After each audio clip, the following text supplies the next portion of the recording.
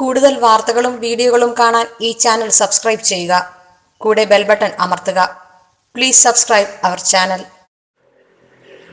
നമസ്കാരം. മാന്യ ജ്യോതിഷ വിശ്വാസികൾക്ക് ഈ ഒരു സെഗ്മെൻറ്റിലേക്ക് സ്വാഗതം. ജ്യോതിഷത്തെക്കുറിച്ച് പറയുമ്പോൾ വാസ്തുവിനെക്കുറിച്ച് നമ്മൾ ഒരുപാട് പറഞ്ഞിട്ടുണ്ട്. ഞാൻ ഒരുപാട് എപ്പിസോഡുകളിൽ പറഞ്ഞിട്ടുണ്ട്. അപ്പോഴൊക്കെ ഒരുപാട് ആൾക്കാർ വിളിച്ചു ചോദിക്കുന്നതായിട്ടുള്ളൊരു വിഷയമാണ് കന്നിമൂല. കന്നിമൂലയ്ക്ക് എന്താണ് ദോഷം? കന്നിമൂലയ്ക്ക് എന്താണ് സാറേ ചെയ്യേണ്ടത്? എന്തുകൊണ്ടാണ് കന്നിമൂലയ്ക്ക് ദോഷം ഉണ്ടാകുന്നത്? കന്നിമൂല പൊളിച്ച് കളയണോ? അല്ലെ കന്നിമൂലയിലുള്ള കിണർ എന്ത് ചെയ്യണം? അല്ലെ കന്നിമൂലയിലുള്ള ബെഡ്റൂം എന്ത് ചെയ്യണം? കന്നിമൂല നമുക്ക് ഏതൊക്കെ രീതിയിലാണ് ദോഷങ്ങൾ ചെയ്യുന്നത്? ഇതൊക്കെ പല ആൾക്കാരുടെയും സംശയമാണ്. ആദ്യം കന്നിമൂല എവിടാന്ന് കൃത്യമാക്കണം. അതാണ് ഒരു മനുഷ്യ സഹജമായിട്ടുള്ള വിഷയം. നമ്മൾ സൂര്യൻ ഉദിക്കുന്ന ഭാഗമാണ് കിഴക്ക് ഭാഗം. ആ കിഴക്ക് ഭാഗത്തിൻ്റെ തൊട്ടു പുറവശമാണ് പടിഞ്ഞാറ്. അതിൻ്റെ വലതേ ഭാഗം തെക്ക് ഭാഗം, അതിൻ്റെ ഇടതേ ഭാഗം വടക്ക് ഭാഗം. ഇങ്ങനെയാണ് നമ്മൾ ദിക്കുകൾ സംബന്ധിച്ച് നോക്കുന്നത്. അപ്പോൾ നമ്മൾ സൂര്യൻ ഉദിക്കുന്നത് ഇങ്ങനെ നേരെയാണെങ്കിൽ ഇതിൻ്റെ തൊട്ടു പുറവ് ഭാഗം പടിഞ്ഞാറ് ഭാഗം. ആ പടിഞ്ഞാറിൻ്റെ തെക്ക് മൂലയാണ് കന്നിമൂല എന്ന് പറയുന്നത്. കന്നിമൂല പൂജാമുറിക്ക് ഏറ്റവും ഉത്തമമായിട്ടുള്ള ഒരു ഭാഗമാണ്. കന്നിമൂല ഇടുങ്ങിക്കിടക്കണമെന്നാണ് സാധാരണ പറയുന്നത്. കാര്യം തെക്കു ഭാഗത്തു നിന്നും വടക്കോട്ടുമാണ് ഭൂമിയുടെ കാന്തിക ശക്തി ഏറ്റവും ബലം കൂടുന്നതെന്നും, എന്നാൽ തെക്കു ഭാഗത്തിന് ഭാരം കൂടിയിരുന്നെങ്കിൽ മാത്രമേ ആ കുടുംബത്തിലുള്ള ജീവജാലങ്ങൾക്കും ജീവികൾക്കും മനുഷ്യർക്ക് പോലും ഐശ്വര്യവും സമ്പൽ സമൃദ്ധിയും ഉണ്ടാകുമെന്നാണ് പറയപ്പെടുന്നത്. അതുപോലെ തന്നെയാണ് പൂജാമുറി നമ്മുടെ വടക്ക് ഭാഗത്ത്. കിഴക്കൂന്ന് പടിഞ്ഞാട്ട് ദർശനമായിട്ട് നമ്മൾ ഫോട്ടോകൾ വെക്കുന്നതും, എന്നാൽ മരിച്ചുപോയവരുടെ ഫോട്ടോ പൂജാമുറിയിൽ ഒരു കാരണവശാലും വെക്കാൻ പാടില്ല എന്നുമാണ് പറയപ്പെടുന്നത്. കാരണം അത് ദോഷമാണ്. മരിച്ചുപോയ ആൾക്കാരുടെ ഫോട്ടോ വെക്കാൻ പാടില്ല. കന്നിമൂല ഇടുങ്ങിക്കിടക്കുക. കന്നിമൂലയ്ക്ക് ഇപ്പം നമ്മളിപ്പം പറയത്തില്ലേ, ഗർഭഗൃഹം ഉണ്ടാക്കി അതിന് ഒരുപാട് യമവീതി, പിശാചവീതി, ദേവവീതി, ഇങ്ങനെ വീതികളുണ്ട്. അത് 64 ഖണ്ഡങ്ങളായിട്ടും ഒക്കെ തരംതിരിച്ചതിന് ശേഷമാണ് നമ്മൾ സാധാരണ വാസ്തു സംബന്ധമായിട്ട് അതെങ്ങോട്ടാണ്, ഏത് ദിക്കിലേക്ക് ചരിഞ്ഞു കിടക്കുന്ന ഭൂമിയാണ്, എവിടെയാണ് വെള്ളം കിട്ടാനുള്ള സാധ്യതാവസ്ഥയുള്ള, നമുക്ക് തെക്ക് ഭാഗം എന്തിനൊക്കെ കൊള്ളാം, തെക്ക് ഭാഗം ഇപ്പം ഞാൻ പറഞ്ഞ കന്നിമൂലയുടെ കാര്യമാണ്. നമ്മൾ തെക്ക് ഭാഗമൊക്കെ പോട്ടെ, ആ കന്നിമൂല ഇടുങ്ങിയ ഭാഗമായിട്ട് ഉണ്ടെങ്കിൽ മാത്രമേ ധനനഷ്ടം, കുബേരൻ്റെ ഭാഗം വെച്ചാൽ തെക്ക് പടിഞ്ഞാറേ ഭാഗമാണ്. ആ തെക്ക് പടിഞ്ഞാറേ ഭാഗത്ത് ധനം വെച്ചിരുന്നാലാണ് ഏറ്റവും കൂടുതൽ ധനം ഐശ്വര്യം ഉണ്ടാകുന്നതെന്ന് വെച്ചാൽ തെക്കൂന്ന് വടക്കോട്ട് ഡ്രോ വലിക്കുക, അല്ലെങ്കിൽ തെക്കൂന്ന് വടക്കോട്ട് ഭാഗം തിരിഞ്ഞിരിക്കുന്നതായിട്ടുള്ള അലമാരി, മേശ ഇങ്ങനെയൊക്കെ വെച്ച് കഴിയുമ്പോഴാണ് കുബേരൻ, അവിടെ ധനവും ഐശ്വര്യവും സമ്പൽ സമൃദ്ധിയും ഉണ്ടാകുന്നതെന്നാണ് വാസ്തു സംബന്ധമായിട്ട് പറയുന്നത്. പക്ഷേ ചില വാസ്തു ആൾക്കാരൊക്കെ വന്നിട്ട് വെറുതെ ഇങ്ങനെ ടേപ്പ് ഇങ്ങനെ പിടിച്ച് 4 മൂലയൊക്കെ അളന്നതിന് ശേഷം പടിഞ്ഞാറ് മൂല അങ്ങ് ഇടിച്ച് കളഞ്ഞേര് അവിടെ ഇങ്ങനെ ചെയ്തേരിക്കുന്നത്. ഇതൊക്കെ സിമ്പിളായിട്ടുള്ള കാര്യമാണ്. എന്താണ് വാസ്തു എന്ന് പറഞ്ഞാൽ? നല്ലതായിട്ടുള്ള സൂര്യപ്രകാശവും കാറ്റും വെളിച്ചവും നമ്മുടെ ഭൂമിയിലാണ്, നമ്മുടെ ഗൃഹത്തിനുള്ളിൽ കയറണം. അവിടെ ശ്വസിക്കുന്നവർ ഓക്സിജൻ ശ്വസിക്കണം. അവിടുത്തെ അന്തരീക്ഷം പോസിറ്റീവ് എനർജി ഉള്ളതായിരിക്കണം.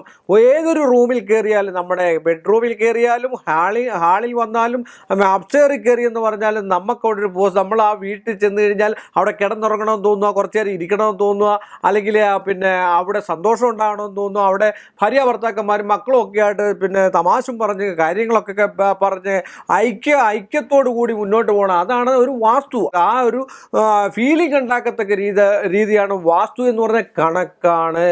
അപ്പം പടിഞ്ഞാറ് ഭാഗത്ത് എന്തെങ്കിലും കുഴപ്പം വന്നു കഴിഞ്ഞാൽ ഇടുങ്ങിയിരിക്കുന്നതായിട്ടുള്ള ഭാഗമാണ് പടിഞ്ഞാറ് ഭാഗം. അതുപോലെ തന്നെ ഒരു കാരണവശാലും പടിഞ്ഞാറ് ഭാഗത്ത് വാതിൽ പാടില്ല.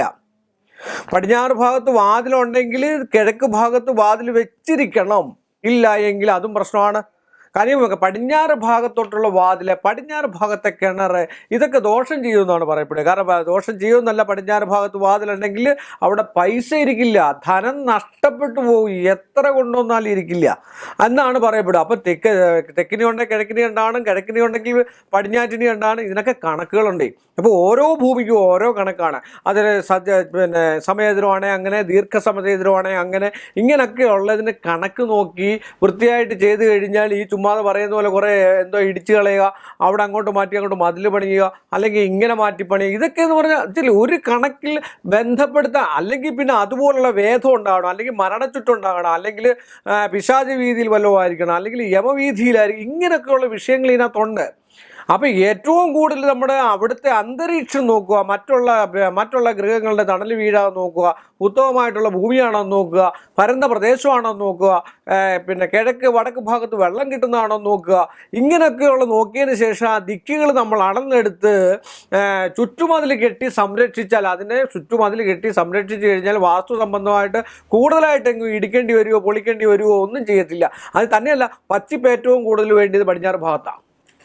നിങ്ങൾ ശ്രദ്ധിച്ചിട്ടുണ്ടോ? പച്ചിപ്പ്. അതുപോലെ കിഴക്ക് പിന്നെ തെക്ക് ഭാഗത്തായിട്ടാണ് വൃക്ഷങ്ങൾ വെച്ചുപിടിപ്പിക്കേണ്ടത്. നല്ല നല്ല വൃക്ഷങ്ങളൊക്കെ കിഴക്ക് തെക്ക് ഭാഗത്തായിട്ട് വെച്ചുപിടിപ്പിക്കണം. നല്ല ഉശിരുള്ള വൃക്ഷങ്ങൾ വെച്ചുപിടിപ്പിക്കണമെന്നാണ് പറയുന്നത്.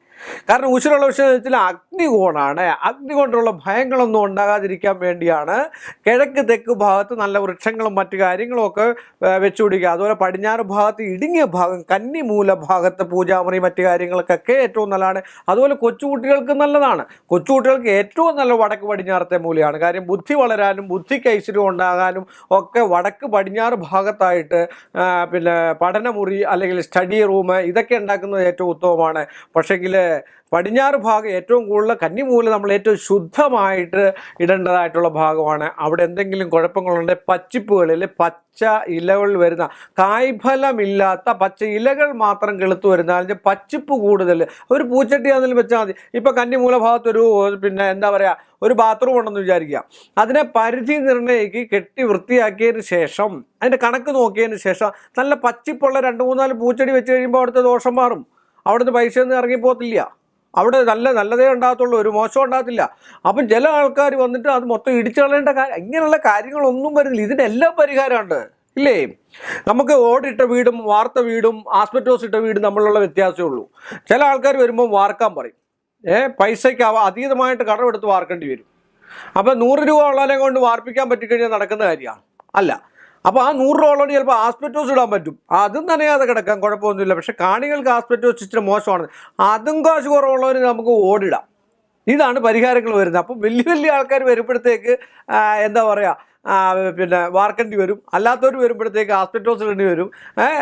എല്ലാം ഒരുപോലെ തന്നെ. ഇതിനെ എല്ലാത്തിനുമുള്ള പരിഹാരം ഇത് തന്നെ. അത് കൂട്ടിയും കുറച്ച് ഇന്നാൾ ഞാനൊരു പിന്നെ ഇതിൽ പറഞ്ഞ പോലെ ഒരു പൂജയ്ക്കൊക്കെ 1.5 ലക്ഷം രൂപയാണ് മേടിക്കുന്നത്. പക്ഷേ എന്തുകൊണ്ട് പൂജാ സാധനം ഒന്നുമില്ല, കൂടി വന്ന 10 ഇത്ര പൈസയ്ക്ക് മേടിക്കാവുന്ന പൂജാ സാധനങ്ങൾ മാത്രമേ ഉള്ളൂ. സുദർശനവും മറ്റു കാര്യങ്ങളൊക്കെ ഇവർ ജപിക്കാറില്ല.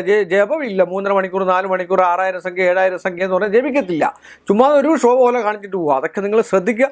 അതൊന്നും ഞാൻ ഇപ്പോൾ പറയുന്നൊരു വിഷയം അല്ല. കന്നിമൂലയ്ക്ക് ഒതുക്കവും കന്നിമൂലയ്ക്ക് നല്ല നല്ല പച്ചിപ്പും ഉണ്ടെങ്കിൽ ആ കുടുംബത്തിൽ ഐശ്വര്യവും സമ്പൽ സമൃദ്ധിയും, കന്നിമൂലയ്ക്ക് നല്ലൊരു പൂജാമുറി ഉണ്ടെങ്കിൽ ആ പൂജാമുറിയിൽ നിന്ന് പടിഞ്ഞാട്ടൂന്ന് കിഴക്കോട്ട് ഫോട്ടോകൾ വെക്കുക. അതുപോലെ ക്രൂരമുള്ള ഫോട്ടോകൾ വെക്കാതിരിക്കാൻ മാക്സിമം ശ്രമിക്കുക. കാര്യം ഭദ്രകാളി ഇങ്ങനെയൊക്കെയുള്ളതായിട്ടുള്ള, അതുപോലെ ആയുധ വിഭൂഷണങ്ങൾ, ആയുധങ്ങൾ, ചില വാള് ഇങ്ങനെയൊക്കെയുള്ള കാര്യങ്ങൾ വെക്കാതിരിക്കുക.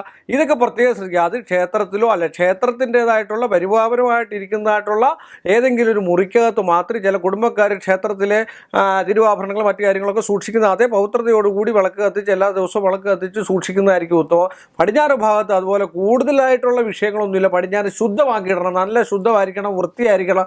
അതുപോലെ ഇതുപോലുള്ള ചെറിയ സംഭവങ്ങൾ വന്നാൽ ചുമ്മാ ഇടിച്ചൊന്നും കളയേണ്ട കാര്യമൊന്നുമില്ല. അത് കണക്ക് നോക്കിയതിന് ശേഷം ഇപ്പോൾ 1 1 2 എന്ന് പറഞ്ഞു കഴിഞ്ഞാൽ ആ 2 ആകണമെങ്കിൽ 1 1 ആയെങ്കിലല്ല, പക്ഷേ 1.5 ആയിപ്പോയാൽ എന്ത് ചെയ്യും? അര മാത്രം കളഞ്ഞാൽ പോരെ? അതോ 1.5 മൊത്തം കളയേണ്ട കാര്യമുണ്ടോ? ഇല്ല. അപ്പോൾ 1 1 കൂടെ കൂടി 2 ആക്കുക. അപ്പോൾ ഒരു ലേശം നഷ്ടങ്ങളെ നമുക്ക് ഉണ്ടാകത്തുള്ളൂ. അപ്പോൾ അതുകൊണ്ട് കന്നിമൂല ഏറ്റവും ഉത്തമമുള്ള ഭാഗമാണ്. കന്നിമൂലയിരുന്ന് പ്രാർത്ഥിക്കുന്നത് നല്ലതാണ്, ഉപാസനകൾ ചെയ്യുന്നത് നല്ലതാണ്. ഇതെല്ലാം പ്രാർത്ഥന, വായന, മറ്റു കാര്യങ്ങളൊക്കെ വെക്കുന്നത് കന്നിമൂല ഏറ്റവും ഉത്തമമാണ്.